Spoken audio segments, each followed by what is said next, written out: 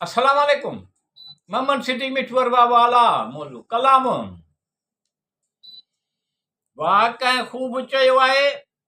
सुठी सुहिणी सोच कामयाब माण्हू संदसि अंदर जे सलाहियतुनि खे शुरूअ में ई सुञाणे वठंदो आहे।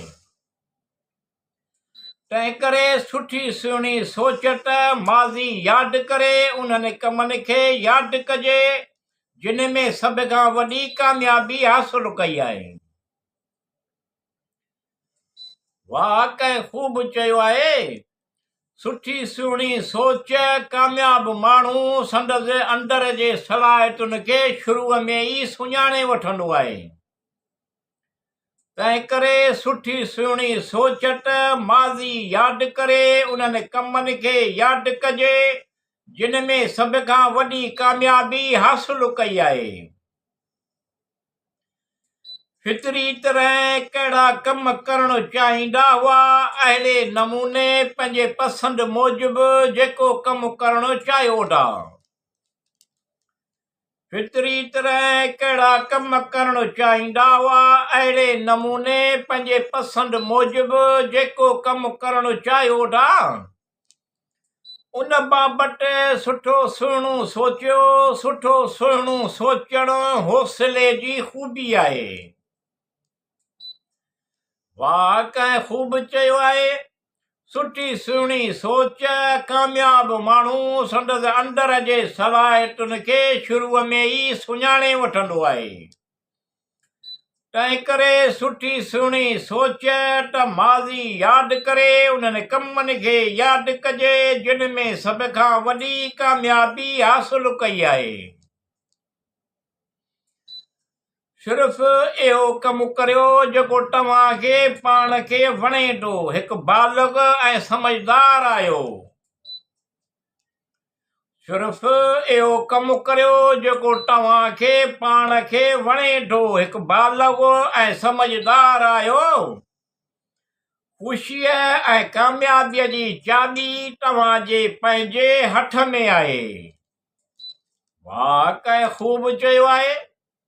सुठी सुहिणी सोच कामयाब माण्हू संदसि अंदर जे सलाहियतुनि खे शुरूअ में ई सुञाणे वठंदो आहे।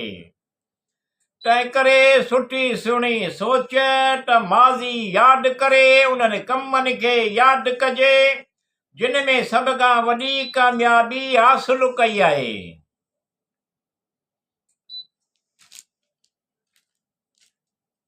पंहिंजे अंदरूनी ताक़त खे ॻोल्हियो।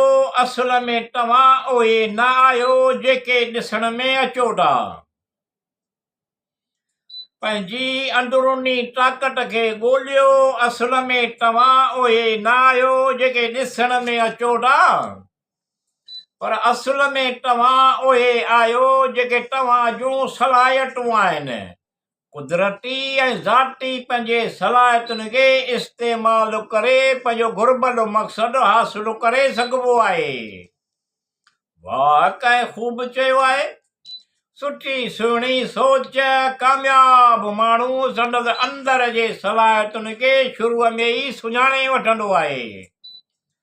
तंहिं करे सुठी सुहिणी सोच त माज़ी यादि करे उन्हनि कमनि खे यादि कजे जिन में सभ खां वॾी कामयाबी हासिल कई आहे।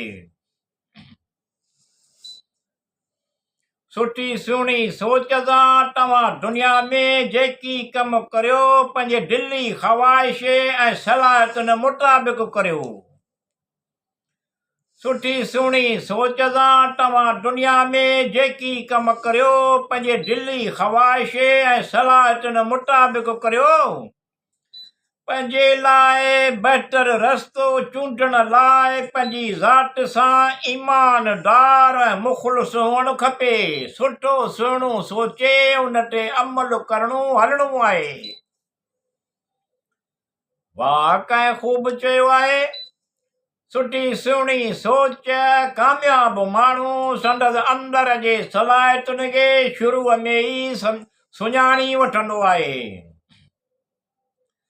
तंहिं करे सुठी सुहिणी सोच त माज़ी यादि करे उन्हनि कमनि खे यादि कजे जिन में सभ खां वॾी कामयाबी हासिल कई आहे।